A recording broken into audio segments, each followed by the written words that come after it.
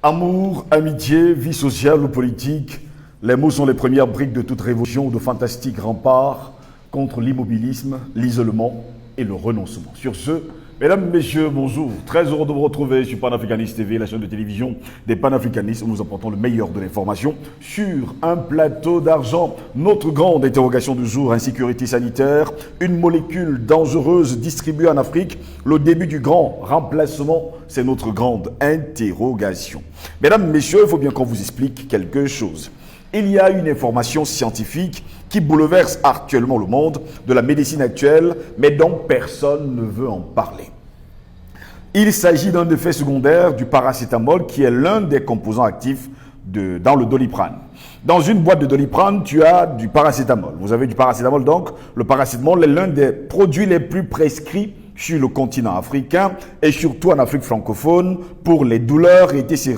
Chose étonnante, certains pays européens ont strictement interdit la vente de paracétamol sur leur territoire. Pourquoi cette interdiction? Des chercheurs de l'université de Copenhague au Danemark ont découvert que le paracétamol pourrait être à l'origine d'un dérèglement neurocomportemental chez les bébés de sexe masculin. L'information a été publiée par la revue scientifique Reproduction dans son édition du 30 mai 2021. Qu'est-ce que ça signifie en français facile? Eh bien, mesdames, messieurs, quand vous buvez du paracétamol à l'âge adulte, vous aurez une baisse de libido et donc une baisse de l'envie sexuelle. Deuxième chose, si une femme enceinte d'un bébé masculin consomme du paracétamol, le cerveau de son bébé ne va pas se développer correctement et cet enfant sera privé de la programmation neurocomportementale liée au sexe. Pour être encore plus clair, une femme enceinte qui consomme du paracétamol est simplement en train de participer à la féminisation de son fils. Conséquence, eh bien, toute une génération de petits garçons de moins en moins virils et de plus en plus de jeunes homosexuels. N'est-ce pas ce que vous avez remarqué sur le continent africain depuis quelques années? Eh bien, plus ils viendront vous dire que c'est naturel d'être homosexuel parfois, car certains garçons se comportent comme des filles depuis leur enfance. Sauf que ce naturel a été précisément conditionné. Eh bien, notre question, c'est qui fabrique finalement le Doliprane? Maintenant, je vous demanderai, vous qui êtes en train de nous regarder, d'aller sur les moteurs de recherche sur les réseaux sociaux, comme par exemple Google, sans publicité, et vous chercherez le mot Sanofi Pride Plus. Il s'agit du programme de Sanofi pour promouvoir la culture homosexuelle. Vous me poserez la question, mais pourquoi eux? En tout cas, vous aurez peut-être la réponse en allant justement sur ce site. Une autre question. Nous avons donc un laboratoire qui produit un médicament responsable du dérèglement hormonal chez les petits garçons et qui en même temps fait la promotion de l'homosexualité. Est-ce une coïncidence? À vous de voir. Si les Africains ne se réveillent pas par l'entrepreneuriat, je vous assure que nous serons toujours esclaves de l'Occident. Voici comment une entreprise occidentale arrive à fabriquer des futurs homosexuels en Afrique avec un petit médicament contre les maux de tête qu'on appelle tout simplement le paracétamol ou encore du Doliprane. Pendant ce temps, les pharmacies, pour ne pas dire les pharmaciens, et médecins francophones sont des fanfarons à cause de leur diplôme alors qu'ils tuent toute une génération. Je prends le cas par exemple du Ghana. Ce sont des pharmaciens ghanéens qui produisent 80% des médicaments. Ils sont conscients du pouvoir de la médecine, surtout quand elle est dirigée par des sociétés occidentales, surtout dépravées. Eh bien, nous sommes fiers de ce travail de la jeunesse africaine, mais nous avons besoin de plus en plus de jeunes qui se lancent dans les secteurs comme la pharmacie et bien d'autres encore. Voilà pourquoi nous nous interrogeons encore aujourd'hui. Insécurité sanitaire, une molécule dangereuse distribuée en Afrique, le début du grand remplacement, c'est notre grande interrogation. Et pour répondre à nos questions au cours de cette autre édition de Parole panafricaniste, nous sommes avec le docteur Emma Jinx. Il est médecin. Docteur Emma Jinx, bonjour, bienvenue à vous. Bonjour, c'est un réel plaisir d'être avec vous encore une fois aujourd'hui. Quand je dis encore une fois, c'est parce que mon esprit était déjà connecté avec Panafrican TV. Donc encore une fois, je suis avec vous et je suis content d'être parmi vous, cette fois-ci physiquement, et j'espère répondre aux questions qui me seront posées, questions de participer à l'esprit de ce sujet. Le sujet d'aujourd'hui, bien sûr, sur l'homosexualité en promotion quelque part, mais de manière subtile. Justement, nous sommes très heureux de vous avoir ce matin sur notre plateau. Docteur Emma Jinks, comment comprendre finalement que cette molécule dangereuse qu'on appelle le paracétamol ou encore le Doliprane est distribuée de façon, on va le dire comme ça, silencieuse sur le continent africain pour fabriquer de futurs homosexuels?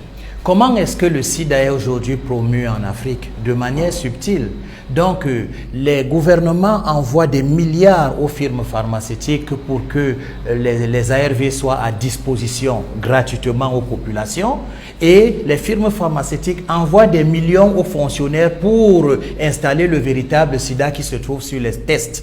Qui se trouvent vraiment sur les tests, parce que ce sont ces tests faux qui sont en fait le sida. Ils n'ont rien de scientifique, ils réagissent sur n'importe quoi. On compte aujourd'hui 101 facteurs non liés à un quelconque rétrovirus ou un virus capable de faire réagir ces tests. Je veux prendre par exemple le cas du déséquilibre du candidat albicans. Parce que nous mangeons est capable de déclencher 71 immunosuppresseurs. Je veux aussi parler par exemple de l'herpès. Si vous avez l'herpès simplex, lorsqu'il migre et devient zoster, vous êtes séropositif. Voilà. Donc vous voyez pourquoi ceux qui sont derrière les programmes de lutte contre le sida de manière officielle sont très riches. Justement parce qu'ils font dans de la mafia, de Big Pharma. Oui. C'est la même chose avec ce qui se passe quand on entend parler du paracétamol. Moi qui suis dans le système depuis une vingtaine d'années, il y avait des conventions en Europe et en Amérique où il fallait dégager complètement des pharmacies le paracétamol à cause de ses effets sur le foie. Parce que tôt ou tard, paracétamol réussit à détruire les corpuscules du foie. On se retrouve avec des hépatomégalies et bref, les maladies du foie, quoi. Maintenant, quand ils ont vu que c'est un programme pour atteindre des objectifs non avoués, parce qu'il faut bien le dire, Big Pharma est là pour se faire de l'argent et tuer dans la légalité, parce qu'il est dans le programme de ceux qui veulent gérer la diminution de la population, mais de manière subtile. Ils ne viendront pas, disent-ils, lancer les bombes comme à Hiroshima et Nagasaki, mais ils vont passer par des méthodes subtiles.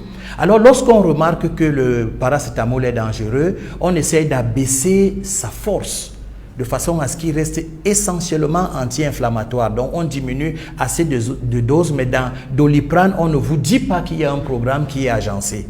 Celui-là de transformer les hommes en femmes de manière biologique, c'est-à-dire la diminution de la masculinité biologiquement, parce qu'il y a dans le Doliprane certaines molécules, certaines substances qui tuent le côté garçon.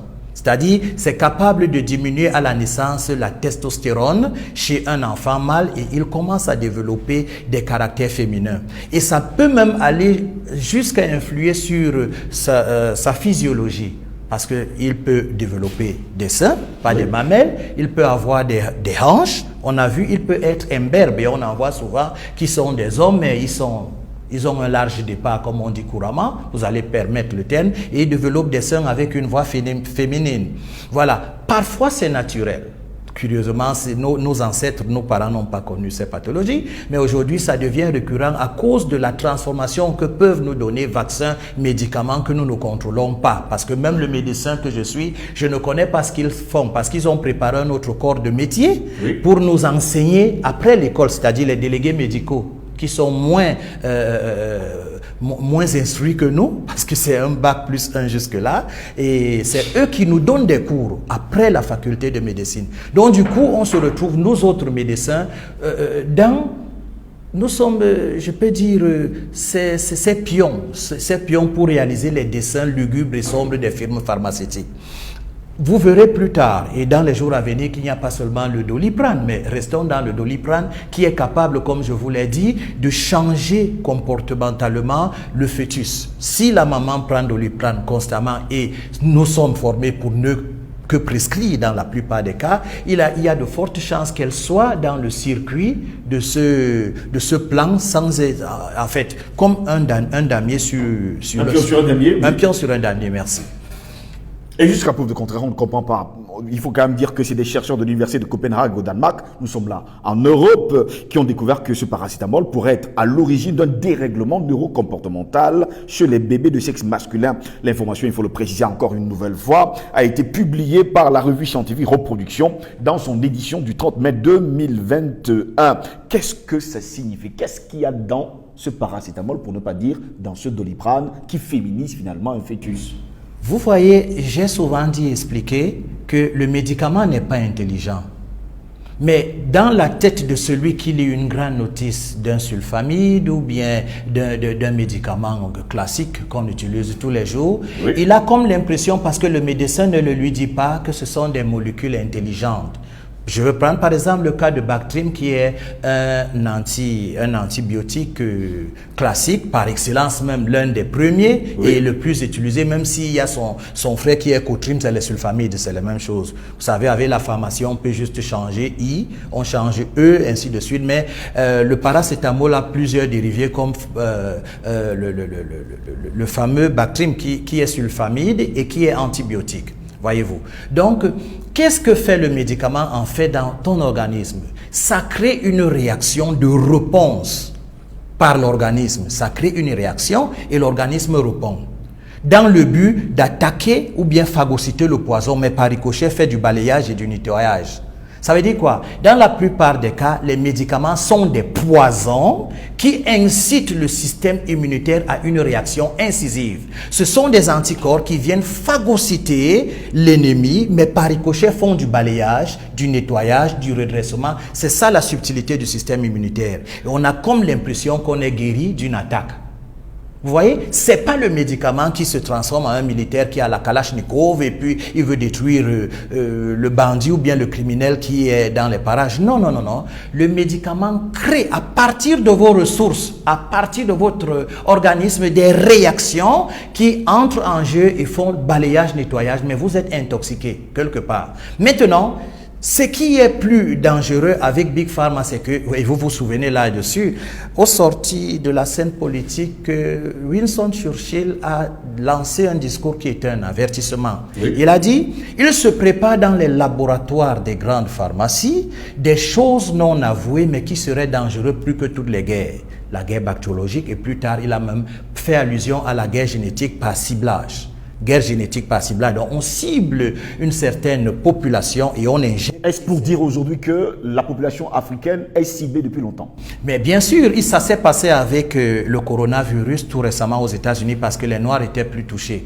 Mais il y a des recherches qui démontrent que le fait que nous ayons la mélanine en nous nous donne d'être supérieurs quand nous sommes à nous. Enfin, laissez un peu mes termes terre à terre, mais je veux dire, l'Africain est au-dessus des grippes. Nous avons eu des grippes depuis des siècles et nous avons toujours vaincu des grippes. Ce qui tue malheureusement l'occidental, parce qu'il y a deux choses qui tuent les vieux blancs. La canicule, 40 degrés de chaleur que nous avons à Garoua et personne ne meurt. Et il y a des grippes. Je dis bien des grippes. Oui. Mais on n'a plus entendu parler des grippes parce que ça faisait jusque, vous allez sur le site de l'Organisation mondiale de la santé, jusqu'en 2018, on a eu des centaines et des centaines de milliers de morts dues à la grippe. Donc la grippe a toujours tué le blanc, sauf que ce n'est plus venu au rendez-vous parce que ça a changé de nom, c'est devenu Covid-19. Mon Dieu. Covid-19, voilà. C'est pour ça que ça n'a plus été au rendez-vous. Bon, le noir n'est pas détruit par la grippe. Et le coronavirus, c'est l'histoire d'une grippe. C'est l'histoire d'une grippe. Mais on a lancé le terme pandémie dans le but de tester subtilement certains produits expérimentaux. Et aux États-Unis, on a envoyé 7 tests par ciblage génétique qui ont plus attaqué les Noirs. Je dis bien plus attaquer les Noirs. Et là-dessus, ils ont réussi parce qu'il n'y avait personne pour essayer de taper les mains sur la table. Tout le monde était concentré sur les masques et écouter ce que l'Organisation mondiale de la santé bombarde à longueur de la journée, fût-il que ce soit des contradictions et des choses qui n'ont même pas de sens. En Afrique, par contre, on a envoyé la PCR, la réaction en chaîne de polymérase, qui ne sont pas des tests, qui ne sont vraiment pas des tests et ne peuvent pas spécifier la typologie d'un virus. Ça, c'est clair. Voilà. Donc, dans les laboratoires aujourd'hui, il y a ce qu'on appelle une guerre biologique. Il y a ce qu'ils ont en programme, une guerre biologique. Et vous devez savoir que le nucléaire, la virologie et la génétique ne sont pas à la portée de tout le monde. Par exemple, dans les pays du tiers-monde et en Afrique, si ton enfant te dit qu'il veut faire le nucléaire, la génétique ou la microbiologie, il y a de chances que tu sois choqué parce qu'il va travailler où? Peut-être à la NASA, dont il ne sera pas au service de son pays, ce qui est sûr, à 100%. Il va faire quoi? Qui peut embaucher un généticien au Cameroun? un microbiologiste au Cameroun, quelqu'un spécial, dont les grandes spécialités qui n'appartiennent qu'à une poignée de la population et des enfants choisis. Vous allez voir que c'est les Bill Gates, c'est les Bush, rien que les mêmes familles de gens qui pourrissent le monde. Vous allez permettre que je dise comme ça. Sinon, prouvez-moi le contraire, parce que dans toutes les guerres, c'est les mêmes familles, Rockefeller, tout ça. C'est cette famille, en fait, environ, qui essaye de déranger le monde, dont une centaine de personnes, en tout cas. Donc, leur programme de diminution de la population passe par presque tout. Même la 5G est dans ce programme. Donc on va peut-être regarder aujourd'hui, ça ne fout, mais que dire de la 5G? Son objectif est clair et là-dessus on reviendra un jour parce que de plus en plus des documents sortent et qui sont des documents vrais. Question de confirmer encore une fois avec la dénonciation de ce qui se passe avec Doliprane pour montrer aux uns et aux autres qu'on est en guerre. Et le sommeil doit un peu s'arrêter, je profite pour le dire parce que jusque-là encore, l'Africain est très distrait. Très distrait. Je profite seulement. Allez-y, c'est votre droit le plus absolu. Dans la main, l'Africain reste très distrait. On a comme l'impression que le combat de la délivrance, c'est pour d'autres personnes. C'est vrai que le panafricanisme est un tremplin pour certains petits bandits qui viennent dans le but de se faire des poches et des ventres, mais en réalité, nous sommes en guerre. Et si vous continuez à déléguer votre santé pour que ça appartienne à d'autres personnes, aux médecins, à l'ordre des médecins, à l'OMS, vous êtes perdu. C'est vous qui serez défrichés par la sélection naturelle qui continue. Vous vous souvenez bien, je vous l'avais déjà dit, les chics sont finis, les poux sont partis. La chaude pisse en biologie, la chaude pisse est déjà finie, la fameuse gonococcie, ça a disparu. Ça change. Ceux qui ne peuvent pas s'arrimer à la force du temps sont obligés de disparaître. Et beaucoup écriront l'histoire de l'Afrique étant absents. Donc, il faut qu'en matière de santé, vous soyez plus qu'éveillés, parce que c'est par votre ignorance qu'on va vous toucher. Doliprane est tous les jours dans nos armoires avec du paracétamol comme d'autres produits, mais vous ne savez pas qu'en consommant ces produits n'importe comment, vous êtes en train de réaliser le dessein de ceux-là qui veulent vraiment gérer la planète comme s'ils étaient des créateurs de celle-ci. Justement, parlant de ce Doliprane, parlons également, on va le dire ainsi, du paracétamol. C'est les produits les plus vendus sur le continent africain et à moindre coût. Est-ce à dire que nous sommes toujours là dans le Great Reset? Tout à fait. Vous pensez que c'est pourquoi? Aujourd'hui, je suis surpris de remarquer quand une jeune femme part faire ses examens prénuptieux, il y a des prénuptiaux, il y a déjà un protocole médicamenteux qui lui est réservé. Oui. Et dès qu'elle accouche, vous allez voir que le carnet de l'enfant comporte des anti-inflammatoires, oui, des antibiotiques, et on ne sait pas pourquoi. La médecine aujourd'hui est devenue tellement folle que nous, on nous a enseigné, on nous a dit les antibiotiques, c'est pour traiter un mal connu. Mais quand on trouve ça dans un bébé qui vient de naître, un antibiotique, c'est pourquoi il parle de prévention. Donc, les antibiotiques font dans la prévention maintenant. Ce n'est plus leur vaccin à la con. On ne peut pas comprendre. Et les mamans ont Doliprane. Au cas où, après la grossesse, on est susceptible d'avoir des maux de tête, ainsi de suite. On est en train de modifier subtilement votre structure biologique. Oui. Structure biologique pour soit vous rendre dépendant aux médicaments ou de toute façon pour que vous soyez dans le programme de l'heure. Vous voyez, les Sarkozy et tout ça, ils parlent de la population, du danger de l'explosion démographique, ainsi de suite. Et il faut faire quelque chose. C'est Bill Gates qui a été plus précis parce que les vidéos circulent. Il faut agir sur les femmes et les enfants. Et la vaccination est la bienvenue.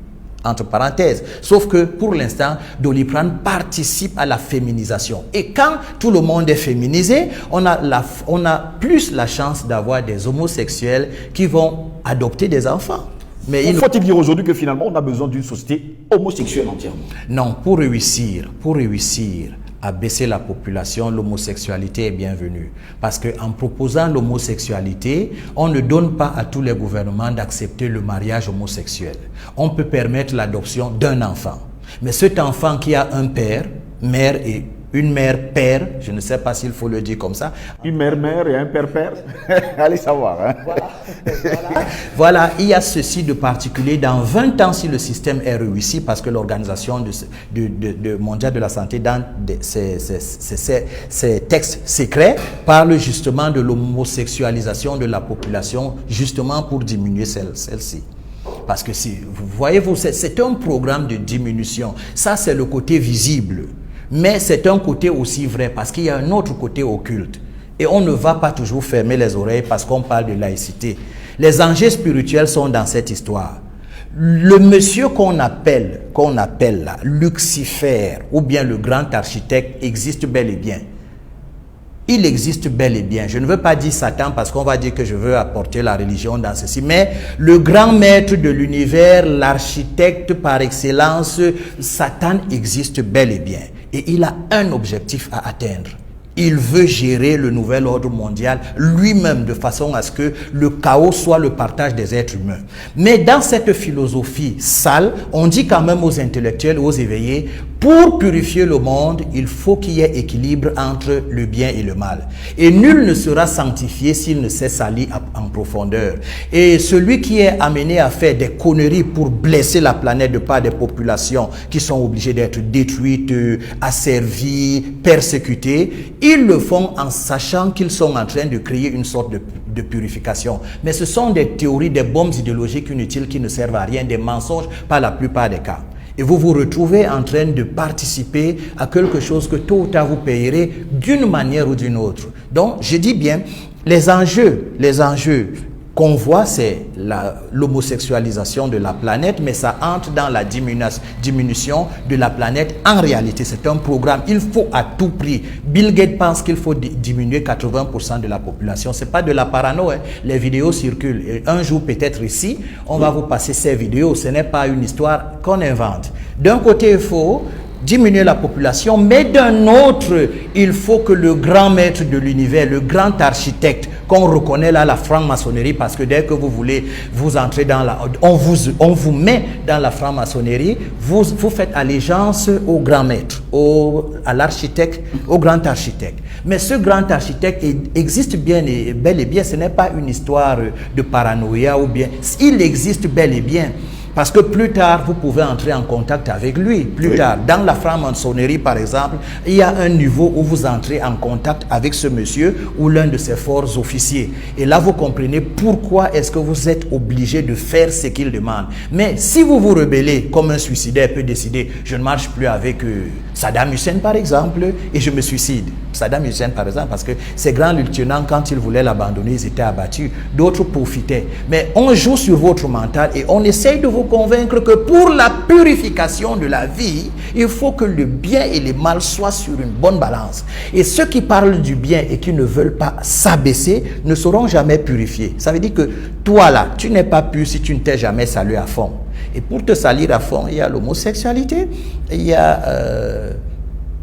a la nécrophilie, coucher les cadavres, il y a l'extrême pédophilie, éclater les bébés, il y a des choses, tout ce que vous voyez ces jours-ci. Et vous êtes d'accord avec moi qu'un homme normal ne couche pas un bébé ou un cadavre ou une folle qui a eu son dernier bain peut-être il y a 30 ans. C'est là où les mauvais esprits t'envoient et by force, tu te salis à l'extrême et tu reçois une sorte d'égrégore qui te connecte à Lucifer directement et tu reçois des ordres. Vous croyez que je veux souffler un peu, hein? Je veux souffler quelque chose, même si ça va faire du mal un peu. Vous croyez que Ali Bongo n'a pas assez d'argent pour donner à toute la population gabonaise d'être heureuse? Même tout Gabonais peut vivre avec 10 000 francs par jour, ça n'inquiète pas l'économie du Gabon. Mais allez savoir pourquoi est-ce qu'il y a trop de misère au Gabon. Ali Bongo a fait une allégeance, comme beaucoup de présidents africains, à la franc-maçonnerie. Et dans ses engagements, il faut servir la franc-maçonnerie. Et qui connaît bien la franc-maçonnerie, c'est que dans d'autres pays, ils sont des bâtisseurs. Mais dans le tiers-monde, ils fabriquent plutôt des couillons qui vont respecter leur programme au détriment des populations. C'est ça qui est la vérité que beaucoup ne connaissent pas. Finalement, docteur Jim, je vais vous poser la question.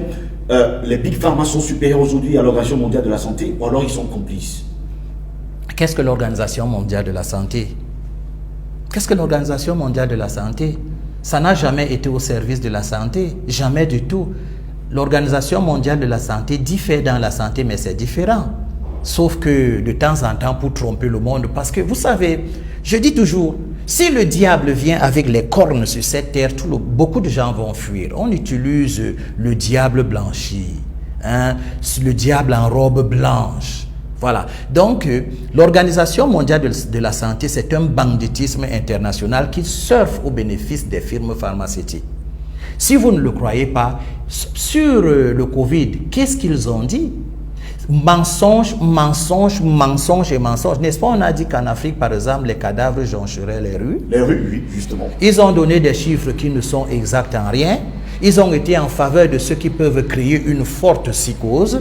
Ils ont donné l'ordre par beaucoup d'instances occultes pour que un débat ouvert ne soit pas sur le Covid, comme ça ne s'est jamais fait avec la vaccination, ces conneries qui ont été imposées à l'humanité. C'est ça l'Organisation mondiale de la santé, Big Pharma, qui n'est que là pour se faire de l'argent et détruire subtilement. C'est la vérité, parce que quand ils donnent des marchés à Sanofi, allez voir un peu sur le plan international, trop de plaintes. Il y a l'autre là, Pfizer, qui ne fait que changer de nom. Ils ont réussi à être Vivaldi aujourd'hui. Mais parce que Pfizer n'a jamais produit un vaccin, un médicament pour l'humanité. Ce sont des poisons. Et il y a des milliers et des milliers de procès contre ces gens. Mais comme ils sont dans le jet spécial de ceux qui veulent pourrir la planète, il n'a pas à s'inquiéter. Il n'a pas du tout à s'inquiéter. Donc, Doliprane sera toujours prescrit, mais c'est ceux qui nous écoutent qui doivent faire attention.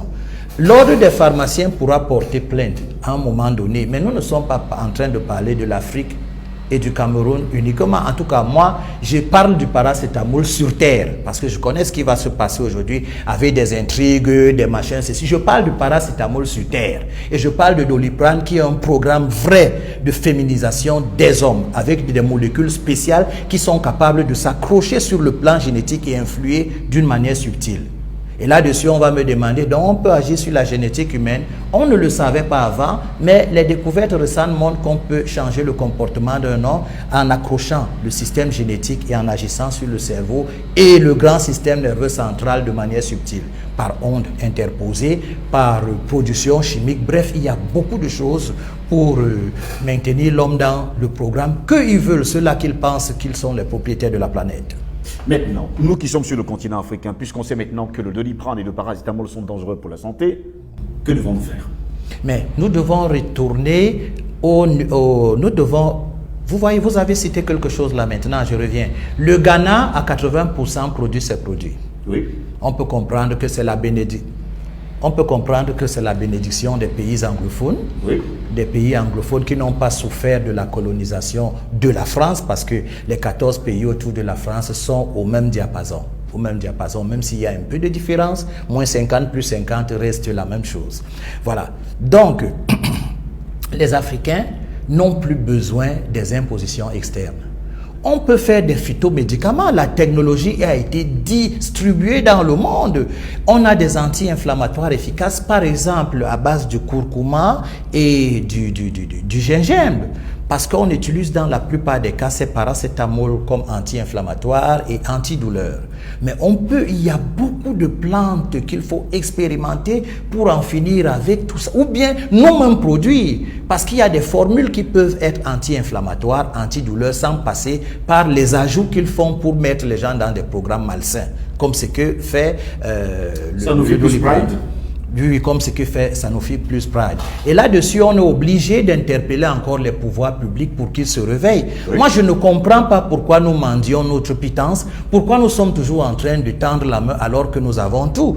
Je vous ai dit un jour qu'un Chinois m'a fait des révélations très fortes. Ils connaissent, parce que je m'intéresse beaucoup à la médecine chinoise, et j'ai été galvanisé parce qu'un moine m'a dit, écoute, nous savons que nous descendons de l'Afrique, mais ce n'est pas prudent de le dire à nos enfants. Parce que l'Africain, ancêtre, est un être bizarre. Il mendie sa pitance, il a tout, mais il tend les mains. Il peut gérer ses problèmes, mais il veut que les solutions viennent d'ailleurs. Si tu mets ça dans la tête d'un petit Chinois, il est perdu. C'est à partir de 35 ans, 40 ans qu'on dit aux Chinois, voilà nos ancêtres là-bas.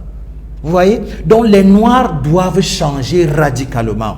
Si l'expérience est la somme des échecs accumulés, je pense qu'il est l'heure pour l'Afrique de se réveiller. On a tout le nécessaire, étant passé par toutes les épreuves. Il est l'heure que le continent se décide de gérer ses problèmes. Et c'est possible. Le coefficient intellectuel est là. Les ressources sont là. Qu'est-ce qu'on attend encore? On n'a plus besoin que Sanofi nous impose son diktat.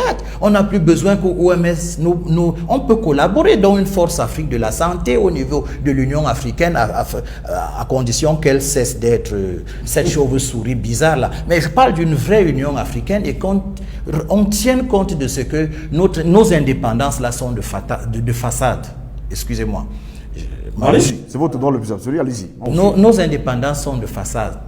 Il n'y a pas d'indépendance. Moi, je ne comprends pas que nous soyons indépendants et on ne peut pas battre monnaie et on est toujours dans des conventions qui voudraient qu'on ait des bases militaires. Pourquoi? Ils ont eu leurs élections là-bas en France tout récemment pour rafraîchir les mémoires. Un Africain a parlé. Non. On a envoyé des gens pour contrôler. Non. Mais quand c'est pour nous, il faut déranger, il faut corrompre, il faut agiter, mettre de l'argent pour fabriquer des tintins qui vont s'agiter et on se retrouve parfois même avec des risques de guerre à ces élections. Pour rien. Et là-dessus, je suis obligé d'attirer votre attention sur des petits politiciens qui vous trompent là-dessus. Le véritable message d'un politicien actuellement, c'est participer à une vraie indépendance et non chercher des boucs émissaires pour distraire la galerie. J'attire votre attention, même si c'est de la médecine que nous parlons. Mais s'il s'agit de santé, comment on peut être en santé avec une politique mal faite? Et là-dessus, je suis obligé de demander à tout le monde de s'intéresser à la politique. Si vous ne voulez pas faire la politique va vous faire. Et c'est de ça qu'il est question. Comment être en santé dans le contexte d'une gouvernance qui est folle? Et une gouvernance circonstanciellement folle, parce qu'obligé d'être folle n'ayant pas les moyens de ne pas être folle. Merci à vous, Dr Jiggs, d'avoir été de notre ce matin encore. Mesdames, messieurs, n'oubliez surtout pas, vous pouvez aller sur les pages, on va le dire comme ça, des moteurs de recherche pour voir justement le mot Sanofi Pride Plus. Il s'agit d'un programme de Sanofi pour promouvoir la culture homosexuelle. Voilà pourquoi nous nous interrogions ce matin. Insécurité sanitaire, une molécule dangereuse distribuée en Afrique, le début du grand remplacement. On espère tout simplement qu'on a répondu à vos questions. Au plaisir de vous retrouver très prochainement. Bonne journée à toutes et à tous.